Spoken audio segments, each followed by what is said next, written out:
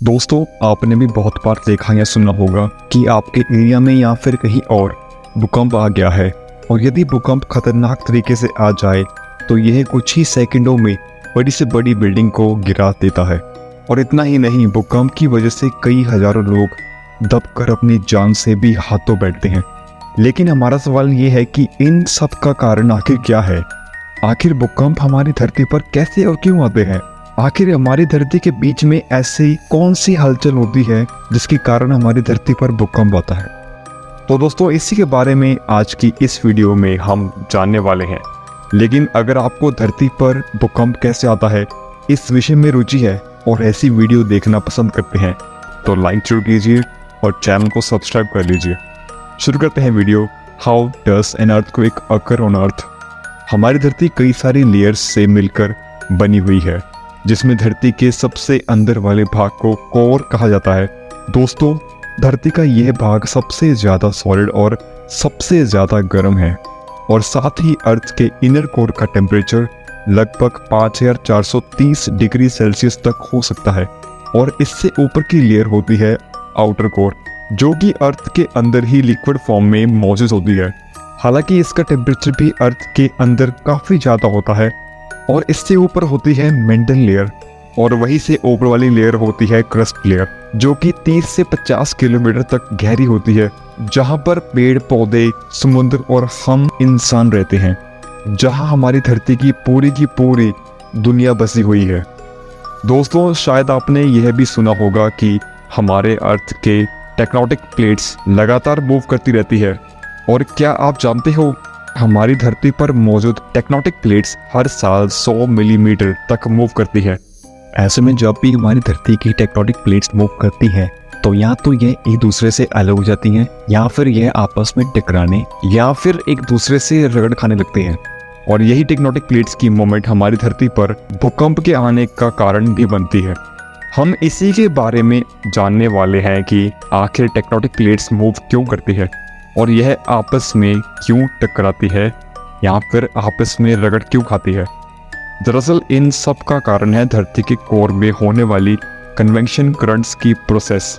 तो चलिए पहले हम कन्वेक्शन करंट्स थ्योरी को एक एग्जांपल के जरिए समझ लेते हैं। मान लीजिए कि किसी जार में हम वाटर को गर्म कर रहे होते हैं। ऐसे में जब भी हम वाटर को गर्म कर रहे होते तो वाटर के नीचे की तरफ का टेम्परेचर काफ़ी ज़्यादा गर्म होता है और नीचे के मुकाबले में वाटर के ऊपर की तरफ का एरिया काफ़ी ज़्यादा ठंडा होता है। ऐसे में वाटर के निचली तरफ का एरिया काफ़ी ज़्यादा गर्म होता है, तो काफ़ी ज़्यादा गर्म होने की वजह से वहाँ की डेंसिटी कम होने लगती है, जिसकी वजह से वाटर के नीचे के एरिया में मौजूद सभी पार्टिकल कम डेंसिटी की वजह से ऊपर की ओर उठने लगते हैं। और ऐसा इसलिए होता है क्योंकि कम डेंसिटी वाली चीज़ हमेशा ऊपर की ओर उठती है और ज़्यादा डेंसिटी वाली चीज़ हमेशा नीचे की तरफ आती है। तो ऐसे में कम डेंसिटी के कारण जब पार्टिकल्स ऊपर की ओर उठते हैं तो ये वाटर के सबसे ऊपरी तरफ मौजूद ठंडे एरिया से जा टकराते हैं, जिसकी वजह से यह पार्टिकल भी ठंडे होने लगते हैं। ठंडे होने की वजह से पार्टिकल वापस नीचे की तरफ जाने लगते हैं। और बिल्कुल इसी तरह की प्रोसेस हमारी धरती के कोर में भी होती है। दरअसल इसका सारा खेल इनर कोर से शुरू होता है, जो कि क्रस्ट लेयर के मुकाबले काफ़ी ज़्यादा गर्म होता है। दरअसल धरती की कोर से बहती गर्म पिघले हुए चट्टान का लावा कम डेंसिटी के कारण ऊपर की ओर उठने लगता है और यह ऊपर उठते हुए मेंटल की लेयर तक पहुंच जाता है, जिसके बाद वो अर्थ की सबसे ऊपरी लेयर क्रस्ट की निचली सरफेस से जा टकराता है। ऐसे में अर्थ की क्रस्ट की लेयर ऊपर होने की वजह से काफ़ी ज़्यादा ठंडी होती है, जिसकी वजह से यह लावा भी काफ़ी ज़्यादा ठंडा होने लगता है और ठंडा होने की वजह से यह वापस नीचे की तरफ जाने लगता है। ऐसे में कम डेंस होने के कारण यह लावा बार बार अर्थ की कोर से ऊपर उठता है और ठंडा होकर नीचे गिरने लगता है। और यह प्रोसेस अर्थ के अंदर लगातार चलती रहती है और यही कारण है कि धरती की मेंटल की लेयर लगातार फ्लो यानी कि मूवमेंट में रहती है।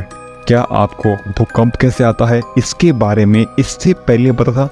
हमें कमेंट में येस और नो लिख के बताएं। और इसी मेंटल की लेयर के ऊपर हमारी धरती की सभी टेक्टोनिक प्लेट्स मौजूद होती हैं। तो ऐसे में मेंटल के मूवमेंट के कारण ही धरती की टेक्टोनिक प्लेट्स मूवमेंट करती रहती हैं। गर्म लावे के ऊपर उठकर ठंडा होकर कोर की तरफ जाने वाले साइकिल को हम कन्वेक्शन करंट कहते हैं। और इसी कन्वेक्शन करंट के कारण ही हमारी धरती की टेक्टोनिक प्लेट्स या तो आपस में टकराने लगती है या फिर आपस में रगड़ खाने लगती है। तो उस रगड़ या फिर टकराव की वजह से जो वाइब्रेशन अर्थ के अंदर पैदा होती है, तो इसी वाइब्रेशन को हम अर्थ के ऊपर भूकंप का आना कहते हैं। और वहीं दो प्लेट्स के बीच की वो जगह जहाँ से भूकंप की तरंगें उड़ती हैं, उसी को ही हम भूकंप का केंद्र कहते हैं। भूकंप के इन तरंगों को रेक्टर स्केल की मदद से मापा जाता है और रेक्टर स्केल भूकंप की तरंगों को 1 से 9 नंबर तक के बेस पर मापता है। डन स्केल के आधार पर 1 से 5 अंक के बीच में आने वाले भूकंप काफी ज्यादा हल्के होते हैं और यह कम खतरनाक होते हैं, और वहीं 2 अंक वाले या फिर इसके नीचे आने वाले भूकंप इतने कम इंटेंसिटी वाले होते हैं कि इन्हें पकड़ पाना भी काफी ज्यादा मुश्किल होता है और इस भूकंप के झटके भी महसूस नहीं हो पाते। और वही 5 अंक के ऊपर आने वाले सभी भूकंप काफी ज्यादा खतरनाक होते हैं।